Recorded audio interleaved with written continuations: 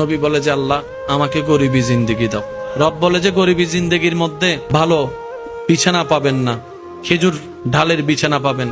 নবী বলে আমি সেটা আপন করে নিতে রাজি আছি। সুবহানাল্লাহ।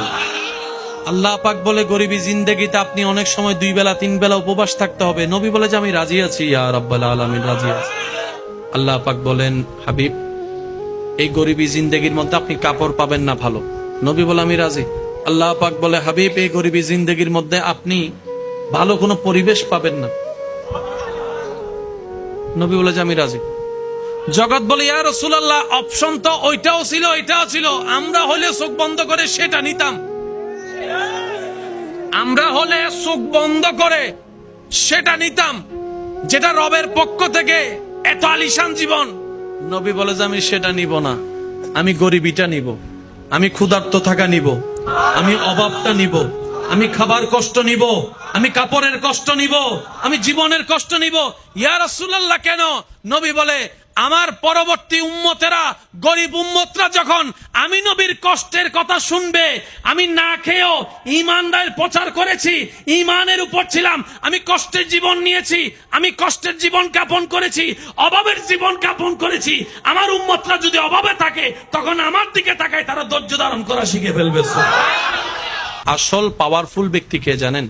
আসল ধনীকে, আসল দামি মানুষকে মনে রাখবেন, যার ক্ষমতা থাকার পরও ক্ষমতা দেখায় না, সেই হচ্ছে আসল পাওয়ারফুল ব্যক্তি। আর না হয় রিক্সাওয়ালার 60 টাকা বাঁচানোর জন্য তো অনেকে লেকচার মানে, সিনোস আমি কে? 3টা টাকা 4টা টাকা বাঁচানোর জন্য রিক্সাওয়ালাকে থ্রেট দেয়। You know who I am? সিনোস বেটা আমি কে? কার সাথে কথা বলস? রিক্সাওয়ালা খুব টেকনিক্যাল মানুষ ছিল, বলে যায় 3 টাকা বাঁচানোর জন্য যে এত বড় পরিচয় ব্যবহার করে, হে যে কোন জায়গার কে হেটা বুঝে গেছি আমি। ক্ষমতাবান ব্যক্তিকে, যার ক্ষমতা আছে কিন্তু ক্ষমতা দেখায় না, পাওয়ার আছে পাওয়ার দিয়ে মানুষকে দাবায় না, এ হচ্ছে সবচাইতে বড় ক্ষমতাবানের ব্যক্তি দুনিয়ার মধ্যে। আসল ক্ষমতাবান ওদেরকে বলা হয়। আর যার ক্ষমতা নাই 10 ডিগ্রি দেখায় 100 ডিগ্রি, এ হচ্ছে ক্ষমতাবান না, এ হচ্ছে দেখানেওয়ালা বাটফার। কথা বলেন ঠিক কিনা? আল্লাহ তাআলা আমাদের নবীকে এমন সুযোগ ফ্যাসিলিটি দান করেছেন, ইন্না আতাইনা কাল কাউসারের চাবি আল্লাহ নবীকে দান করেছেন। সুবহানাল্লাহ। ওয়ামা আরসালনাকা ইল্লা রাহমাতাল লিল আলামিনের চাদর, রহমতের চাদর আল্লাহ আপনার আমার নবীকে দান করেছেন। সুবহানাল্লাহ। ইন্না আরসালনাকা শাহিদাও ওয়া মুবাশশিরাও ওয়া নাযীরা ওয়া দাঈয়ান ইলাল্লাহি বিইজনিহি ওয়া সিরাজাম মুনীরা আল্লাহ আপনার আমার নবীকে দান করেছেন। সুবহানাল্লাহ। আর রহমান আল্লামাল কোরআনের নিয়ামত আল্লাহ আপনার আমার নবীকে দান করেছেন। ওয়ালা সাউফা ইউতিকা রাব্বুকা ফাতারদা আল্লাহ আপনার আমার নবীকে দান করেছেন। ওয়ালাল আখিরাতু খায়রুল লাকা মিনাল উলা আল্লাহর কাউকে দেয় নাই, আপনার আমার নবীকে দান করেছেন। এত কিছু থাকার পরও নবী পেটে জান্নাত থেকে খাবার চাইলে দিতেন, নবী চানই নাই। ইয়া রাসূলুল্লাহ আপনি চান না? নবী বলে যে আমি চাইবো না, আমি জমা রাখলাম, আমি জমা রাখলাম। কেন জমা রাখলেন? আমি এখন নিব না, হাসরের ময়দানে আল্লাহর কাছ থেকে এই নিয়ামতের বিনিময়ে বলবো আল্লাহ তুমি দোয়া করার অনুমতি দিয়েছো, আমি দোয়া জমা রেখেছি, তুমি নিয়ামত ব্যবহার করার অনুমতি দিয়েছো, আমি জমা রেখেছি, সব কিছু জমা রেখেছি। আজকে হাসরের ময়দানে তোমার দরবারে ফরিয়াদ করছি, এগুলা সব কিছুর বিনিময়ে আমার গুনাহগার জাহান্নামী উম্মতকে জান্নাতে দান করো। ও উম্মত, রাসূল বলে ও উম্মত, আমি খাই নাই তোদের জন্য, আমি পেটে পাথর বেঁধেছি তোদের জন্য, আমি কষ্ট আপন করেছি তোদের জন্য, আমি তায়েফের ময়দানে আঘাতের শিকার হয়েছি যাতে কিয়ামত পর্যন্ত তোরা ঈমান ইজ্জতের সাথে মাথা উঁচু করে দাঁড়াই থাকতে পারোস। 2 হাত তুলে দেখাই বলো ঠিক কিনা? আল্লাহ বলে যে নবী আমি আপনাকে খুশি করব। এবার আপনার কি মনে হয় আল্লাহ যারা খুশি করতে চায়? আমরা খুশি করতে চাইলে পারি, অনেক সময় পারি না। আল্লাহটা কি পারি না বলে কোনো শব্দ আছে নি? কমতি বলে কোনো শব্দ আছে? জেদ জবরের 19-20 কোনো শব্দ আছে? এবার আয়াতটা খেয়াল করেন মাদ্রাসার ভাইরা, ওয়ালা সাউফা ইউতিকা রাব্বুকা। সুবহানাল্লাহ। নো ভাই, ইউতিকা রাব্বুকা ফাতারদা। এবার একটু আশেক হিসেবে শুনেন, আমি আল্লাহ আপনি নবীকে ততক্ষণ দিতে থাকব যতক্ষণ আপনি খুশি না হন, যতক্ষণ খুশি না হন, যতক্ষণ খুশি না হন। সুবহানাল্লাহ জোরে বলি।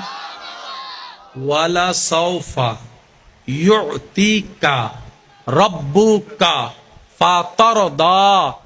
আমি আল্লাহ আপনি নবীকে ততক্ষণ দিতে থাকব যতক্ষণ আপনি রাজি না হন, যতক্ষণ আপনি সন্তুষ্টি না হন। আপনি যতক্ষণ সন্তুষ্টি না হবেন ততক্ষণ আমি দিতে থাকব। যতক্ষণ, এক কথায় আমাদের আঞ্চলিক ভাষায় বুঝলে এতটুক বোঝা যায়, হে নবী যতক্ষণ আপনি বলবেন না বাস।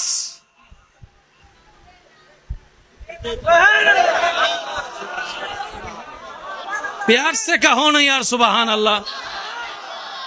যতক্ষণ আপনি বাস বলবেন না, নিয়ামত চলতে থাকবে, রহমত চলতে থাকবে, অনুমতি চলতে থাকবে, মাগফিরাত চলতে থাকবে, জাহান্নামী জান্নাতি হতে থাকবে, হতে থাকবে। এবার আমি আপনাদেরকে একটু প্রশ্ন করি, আপনারা আমাকে উত্তর দিবেন। যে যাকে ভালোবাসে, যে যারকে পছন্দ করে, সবাই তাকে খুশি করতে চায়, খুশি রাখতে চায়, এটা তো কোনো সন্দেহ বুঝার জন্য বলা। আপনি যাকে ভালোবাসেন, পছন্দ করেন, আপনার প্রিয় মানুষটার রং যদি হয় নেভি ব্লু, আপনি তাকে সাদা কালারের কাপড় দিলে খুশি হবে? কেন? কারণ এটা ওনার পছন্দের কালার। তাহলে আপনাকে দেওয়ার আগে কি করতে হবে? ওনার পছন্দটা জানতে হবে। Which your favourite colour? তোমার পছন্দের কালার কি? সে বলবে আমার favourite colour black, blue, deep blue, কত ব্লু, কত কালার যে আছে। আমার ফকল 3000 গোজার আর কিছু না জানি। আমরা বেশি থেকে বেশি জানি সাদা, কালা, নীল। আর আমার মা বোনকে যদি জিজ্ঞেস করেন কালার, আপনাকে পাগল ভরে ফেলবে। আপনি তো নিজে হারাই যাবেন এই কালারের নামে নামে। তবে আবদার হচ্ছে এতটুক, আমাকে যারা ভালোবাসেন, আমি আপনাদেরকে আবদার করে কথা বলার অধিকার আছে? আওয়াজ ছোট হয়ে গেছে, আছে? ভাই হিসাবে, মানে ভাই হিসাবে একদম জোর করে আবদার করে বলার অধিকার আছে? আজকে থেকে যদি কামিয়াবি চান দুনিয়া এবং আখেরাতে, একটা কাজের দিকে মনোযোগ দেন। এটাকে যত পারেন, যত কম কথা বলতে পারবেন, তত আপনার এই জায়গাটা আলোকিত হওয়া শুরু করবে। সুবহানাল্লাহ। যত বেজালের মূল, বলেন না, যত বেজালের মূল এই জিব্বা। সংসার ভাঙ্গে জিব্বার কারণে, মামলা হয় জিব্বার কারণে, হামলা হয় জিব্বার কারণে। ওই তুই সিনোস বেটা আমি কে? 5 বছর আগে বলছে, 5 বছর পরে যায় গাছতলার পিছনে যাইয়া সুন্দর করে তাপ্পর 2টা মারি দিছে, ওইটার প্রতিশোধ। সেজন্য রাসূল পাক সাল্লাল্লাহু আলাইহি ওয়াসাল্লাম বলছেন কুফা হাজা, উম্মত এটাকে কন্ট্রোল করো। সেজন্য দেখবেন যারা মুমিন, আল্লাহর প্রিয় বান্দা, তারা দুনিয়াবি বিষয়ে এটাতে একটু কম চালায়, শুনতে থাকে, শুনতে থাকে, বলে কম। বলেন না সুবহানাল্লাহ? আরেকটু জোরে বলেন না সুবহানাল্লাহ? এই জায়গায় আমি একটা কথা বলি, আশা করি আপনাদের উপকার আসবে। আমি নিজেও মেনার চেষ্টা করি এবং করব আরো আপনাদেরকে বলার মাধ্যমে। আশেপাশে যখন বিকট আওয়াজ হয়, কানে যদি সহ্য না হয়, আমি কি ওই গাড়ির রাস্তা বন্ধ করে দিই নাকি কান বন্ধ করি? বলেন না ভাইয়া? মেশিনের আওয়াজ অনেক বড়, অনেক বিশাল, মেশিন বন্ধ করব নাকি কান বন্ধ করব? 10 জনে আপনার নামে বদনাম করতেছে, আপনি কি সবার মুখ বন্ধ করতে পারবেন? করতে যাওয়া মানে আপনার 10টা মিনিট লস। তাহলে আপনি তাদের মুখ বন্ধ করলেও আপনার শোনাটা হয় না। এখন 10টা মিনিট তো আপনার 10টা আঙ্গুল তো 10 জায়গায় মুখে বসাতে পারবেন না। সেজন্য বলি, কেউ বদনাম করলে, কেউ পিছনে লাগলে তাদের মুখ বন্ধ করতে যায়েন না। তাদের মুখের হিসাবটা রবের উপর ছেড়ে দিয়ে আপনি 2 আঙ্গুল দিয়ে নিজের কানটা বন্ধ করে ফেলেন। আপনার সময়ও বাঁচবে, আপনার কষ্টও কম হবে, কারণ সে তো আর আজীবন বলতে থাকতে পারবে না, আজীবন আপনার কান বন্ধ করে রাখতে হবে না। এই যে আপনার বদনাম করেছে, ওয়াইলুল্লি কুল্লি হুমাজাতিল লুমাজা, আয়াতের মাধ্যমে সে নিজের পায়ে নিজে কুড়াল মারলো, আপনার গুনাহ সে নিয়ে আপনাকে সওয়াব দিয়ে দিল। সুবহানাল্লাহ। সেজন্য বদনামকারীকে কখনো ঘৃণা করেন না, সে আপনার আসল বন্ধু, যে আপনার গুনাহ নিয়ে নিজের সওয়াব আপনাকে খুশি মনে দিয়ে দিচ্ছে, ঠিক কিনা? তা আমরা কি মানুষের মুখ বন্ধ করতে যাওয়া ঠিক হবে, নাকি নিজের কান বন্ধ করা? একটু জোরে বলেন তো কি? কারণ নিজের কান বন্ধ করলে নিজের একটা স্বাধীনতা আছে না নাই? কিন্তু আপনি যদি কারোর মুখের মধ্যে আঙ্গুল দিতে যান, তখন আবার গণদুলাই খাওয়ারও একটা সুযোগ। কিরে তুই আর মুখত কাট দিলি, কিছু মিয়াই দিস ফানলার, তো সুযোগ রিস্ক আছে না নাই? সেজন্য মানুষের মুখ বন্ধ করতে যায়েন না, কিছুক্ষণের জন্য আল্লাহর উপর ধৈর্য ধরে।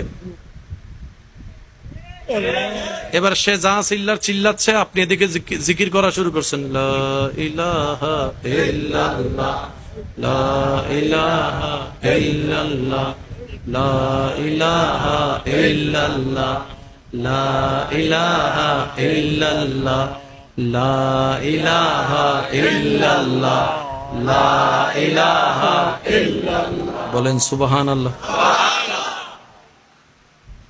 এবার বলেন লাভের মধ্যে কে থাকবে, সে না আপনি? এই লাভের হিসাবটা মাথায় রাখেন। এবার স্বামী চিল্লাচ্ছে, বউ যদি স্বামীর সামনে এমনে করে রাখে, তাহলে খাজনার চাইছে তো বাজনা আরো বাইরে যাবে। বিষয়টা কি বুঝাতে পারছি? তো সব জায়গায় আঙ্গুল দিয়ে কান বন্ধ করতে হবে না। আপনি যখন এটার প্র্যাকটিস করে ফেলবেন, একটা সময় গিয়ে আপনার সামনে কথা বললো আপনার কানে শুনবে না, তখন কি আপনার মন ধ্যানে, তখন আপনি মনে মনে রবের জিকির করা শুরু করবেন। দেখবেন আপনার ব্রেন রবের লা ইলাহা ইল্লাল্লাহ জিকিরের দিকে চলে যাবে, কান খোলা থাকবে, আওয়াজ আর ডুববে না। বলেন না সুবহান। আল্লাহ আমাদেরকে নিয়ামত অর্জন করে চলার তৌফিক দান করুক, অন্যের মুখে হাসি ফুটানোর তৌফিক দান করুক, অন্যের জীবন আলোকিত করার চেষ্টা করার তৌফিক দান করুক, অন্যের মুখে অন্যের চোখে চোখের পানির কারণ হয়ে জীবন আমাদের সুন্দর করার দরকার। কারণ রবের বান্দার জীবন যে অসুন্দর করে, রব তাকে কখনো জীবন সুন্দর হতে দেয় না। আল্লাহ আমাদের বোঝার তৌফিক দান করুক। আমরা অন্যের দোষ খুঁজতে খুঁজতে নিজের দোষের জন্য তওবা করতে মনে নেই। একটু জোরে বলেন না রে ভাই। আমরা অন্যের দোষের ক্ষেত্রে দূরবীন লাগাই, এমন ভাবে জাসুসি করি, সিআইডি অফিসারের মতো কাজ করি, নিজের যে গুনার পাহাড় জমে আছে, যেটার জন্য তওবা করা দরকার ছিল, তাহলে ওর দোষ ধরেও লাভ হলো না, নিজের তওবা না করেও লাভ হলো না। তাহলে দুনো দিকেই আপনি আমি লসের মধ্যে আছি। আর লসওয়ালা বোকা কখনো আল্লাহর বান্দা হতে, কারণ আল্লাহর বান্দারা সবসময় বেনিফিটে থাকে, লাভে থাকে, ওরা কখনো লসে থাকে না। সেজন্য এইসব বিষয়গুলোকে একটু ঠান্ডা মাথায় মনোযোগ দিয়ে পরিবর্তনের আমরা যদি চেষ্টা করি, আমাদের অনেক অগোছানো পথ দেখবেন যে আল্লাহ দয়া করে নিজেই গোছাই দিবেন। বলি সুবহান।